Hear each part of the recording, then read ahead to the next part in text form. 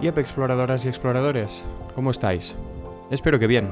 Ahora hacía días que no me pasaba por aquí. Y sinceramente, os echaba de menos. Todavía no lo sabíamos, pero este camino nos estaba llevando a una casa que fue escenario de una batalla que cambió por completo la historia de Cataluña y de España. Un lugar en el que hoy solo se respira paz y tranquilidad, pero en el que no hace tantos años no hubiéramos pisado ni hartos de vino. Pero vayamos por partes. Como siempre, hay bastante que contar y no quiero dejarme nada en el tintero.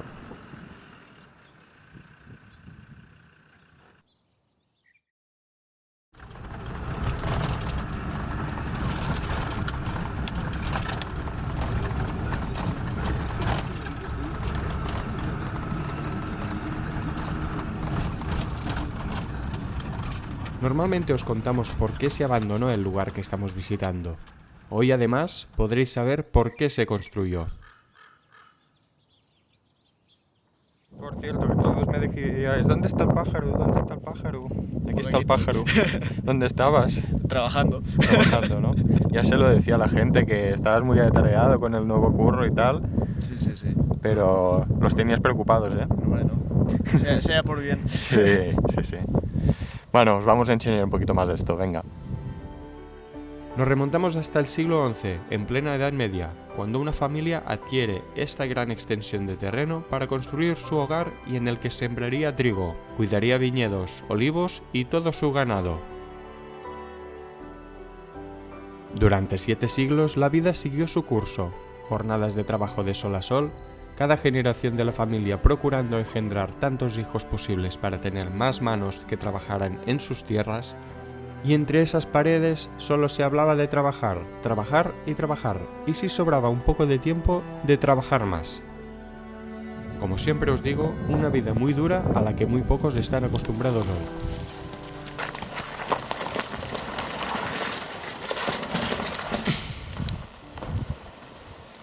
Wow.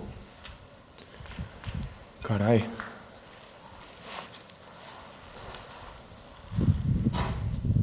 No me lo esperaba así.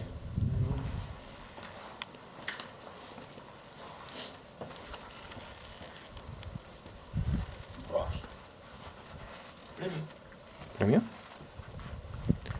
Caray.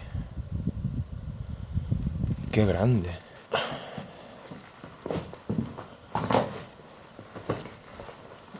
Ah, pues mira, hay dos.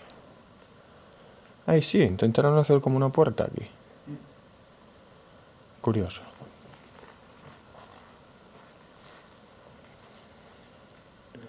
Qué arcos, tú. Se ve el piso de arriba. Sí.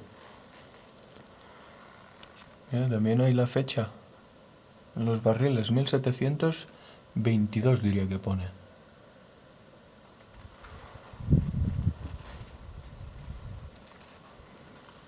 Menuda puerta, qué bonito. ¡Oh! Ahí hay unas escaleras. Con barandilla. Y aquí habrá más establo, entiendo. No sé, quiero ver el establo, pero es que me llama más la atención subir. Ostras, me flipa muchísimo que haya aún la barandilla. No es que sea una barandilla muy trabajada, es de hierro. Y ya está. Pero mola.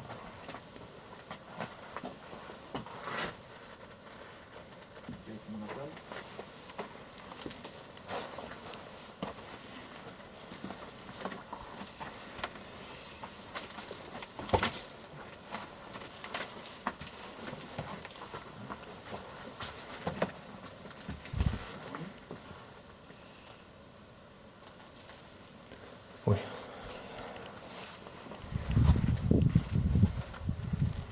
La sala principal. Bueno, empecemos por aquí.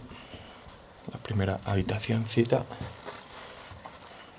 Que desde aquí parece que era un baño. Por las baldosas de la pared.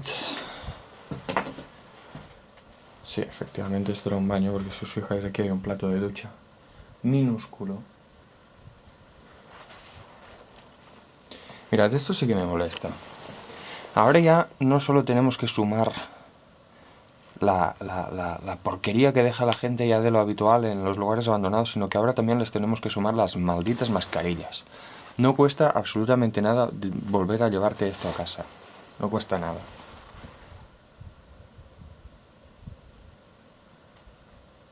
Mira, que desde aquí también se llegaba, desde la sala principal evidentemente, se llegaba a la cocina. Estos muebles, que no sé si son originales de aquí o los han movido, parece un armario.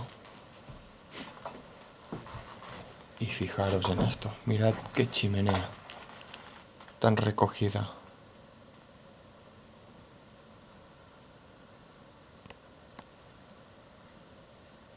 Y el fuego. Fijaros que veo aquí. 1936. Quizás es la fecha que pusieron este puntal de aquí. O taparon alguna ventana que había aquí detrás. O no lo sé.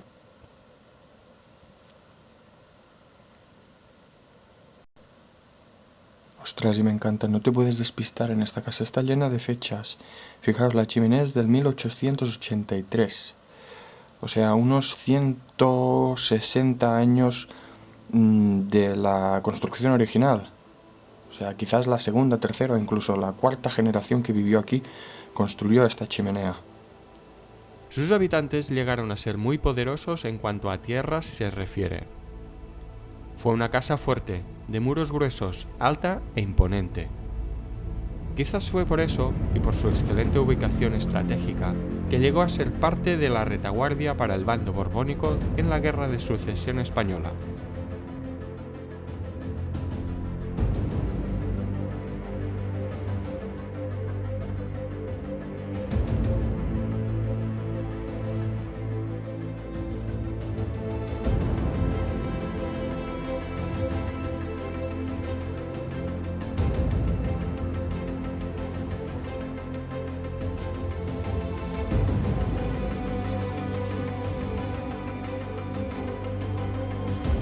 Con la llegada del siglo XVIII y con la muerte del rey Carlos II, una vez estallada esta guerra que decidiría quién sería el próximo rey de España, la retaguardia borbónica escogió esta gran casa con visión a 360 grados, elevada y con fuertes muros, y la ocupó, convirtiéndola de la noche a la mañana en un refugio y pequeño cuartel general, y echando a la calle a su suerte a toda la familia que la había cuidado durante tantos siglos.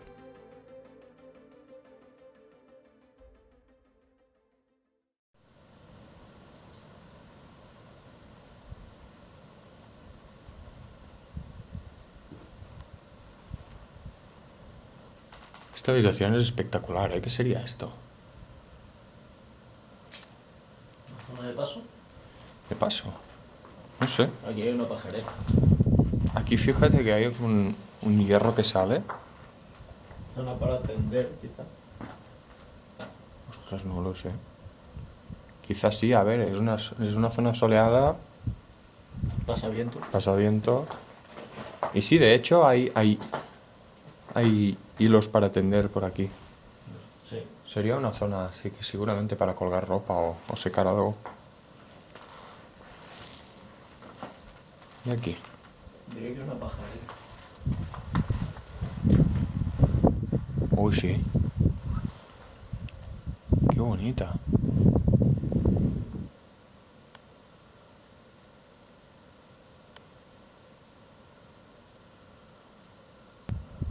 Fijaros que aquí tendrían algún tipo de animal en estas jaulas.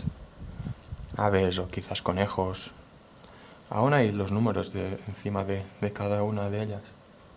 Está el 7, el 6, 5. Y lo curioso de todo ello es que si os fijáis, los comederos estaban recortados de latas de gasóleo. Y aquí les pondrían la comida, lo que fuera. Aquí hay otra. Y allí hay otra. El resto ya no están. Y aquí, aunque no lo parezca, hay otra cocina. Ahí al fondo hay otra cocina.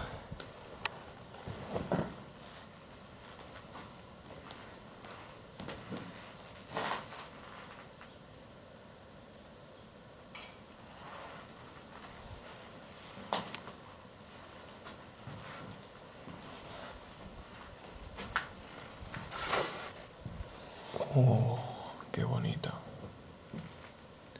Fijaros en qué color es la pared, es verde fluorescente.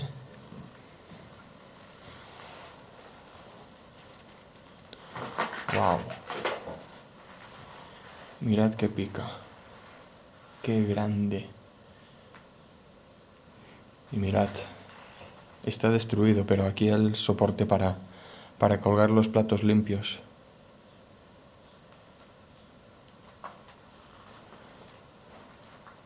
Aquí hay un estante. Hecho de piedra, ¿eh? Es de piedra, aquí no hay madera. Y lo que me flipa es la cocina. La cocina de obra. Está muy entera. Es una de las primeras cosas que destrozan, porque tiene piezas de hierro y la gente tiende a llevárselo. Cada milímetro de todas las hectáreas que correspondían a esta casa pasaron a manos del bando de Felipe de Borbón, por lo que no solo la casa quedó ocupada por soldados, sino todos los trigales, viñedos y olivos, que ahora, completamente arrasados, estaban llenos de campamentos de infantería, caballería e incluso baterías de artillería.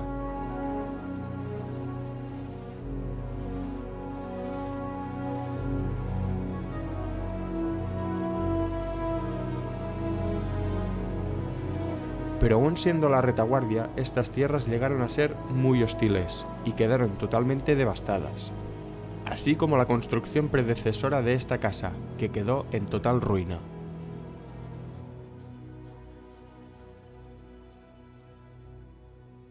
Así es, lo habéis escuchado bien. Esta casa no es la construcción original que cubrió este terreno. La casa que vemos hoy fue reconstruida varios años después de la Guerra de Sucesión, cuando la batalla la dejó totalmente destruida.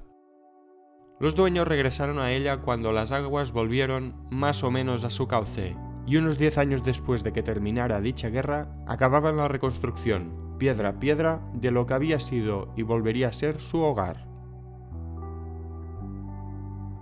No se puede asegurar al 100%, pero hay varios indicios, como el hecho de que la fachada tiene diferentes tipos de piedra a partir del primer piso, de que la hicieron bastante similar, al menos la estructura principal, a su antecesora.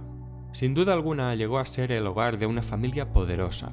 Si nos fijamos en su exterior podemos ver claramente que todo lo que rodea la casa principal son añadidos que se fueron construyendo a lo largo del tiempo, según las necesidades de sus habitantes. Ahora un cobertizo, ahora más dormitorios, ahora un gallinero. La casa fue creciendo y ganando volumen como si de un ser vivo se tratara.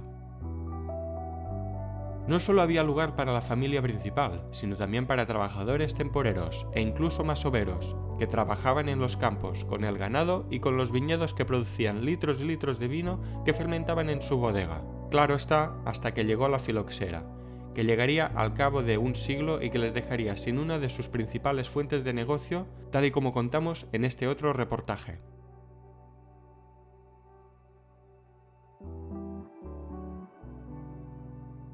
Y mirad, esto me alegra verlo, que aquí aún hay las baldosas hidráulicas. Por allí parece que se han intentado llevar ya, pero aquí están. Supongo que esta habitación sería del cabeza de familia o así, porque como veis el arco donde iba la cama es más grande, aquí cabe una cama de matrimonio más grande, el suelo también es más bonito, está en una zona más apartada, no está en el medio de la casa, y también las vistas que tiene pues son directamente a la era. Mira, y no me había fijado en el techo que parece que habían rosetones, parece. ¿Veis que ahí tiene una forma circular con una especie de sol? Aquí habría algo que sostendría algún tipo de luz. Pero bueno, ha desaparecido. El techo, las vueltas del techo también son preciosas. En comparación al resto de habitaciones, esta está mucho más cuidada.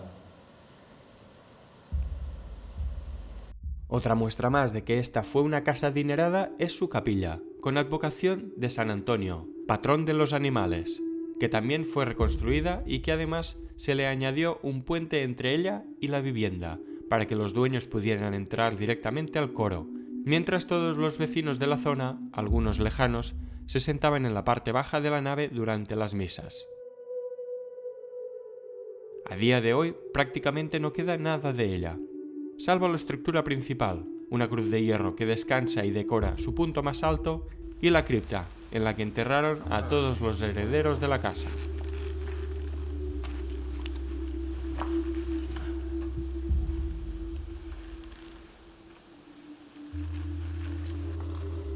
Wow. Mira cuántos nichos. Vale, baixa.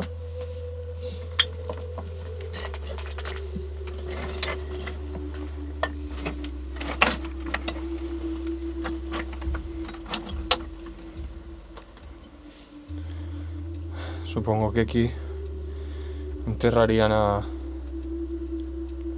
no sé si alguien de la casa o alguien de la capilla. No sé. Buscaré información.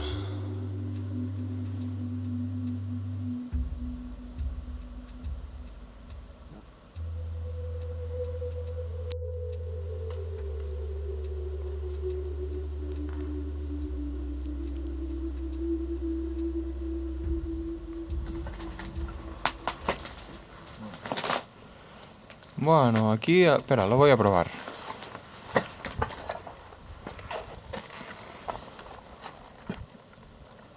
Y como suele pasar con este tipo de construcción, con la llegada del siglo XX, los habitantes más jóvenes y con más aspiraciones de la casa decidieron seguir sus vidas en otro lugar.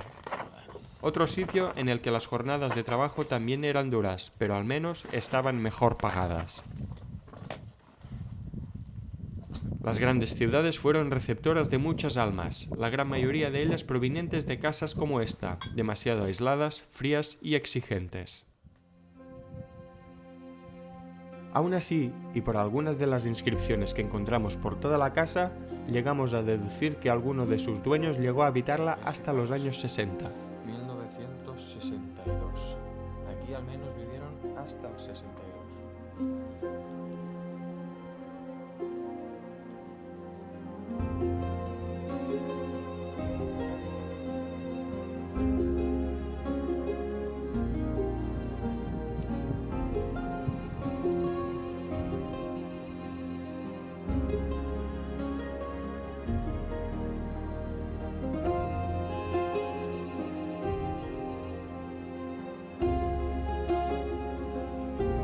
Desde entonces ha permanecido en la cima de esta colina, resistiendo en una tierra que fue hostil no hace tanto, pero que ahora es pura calma.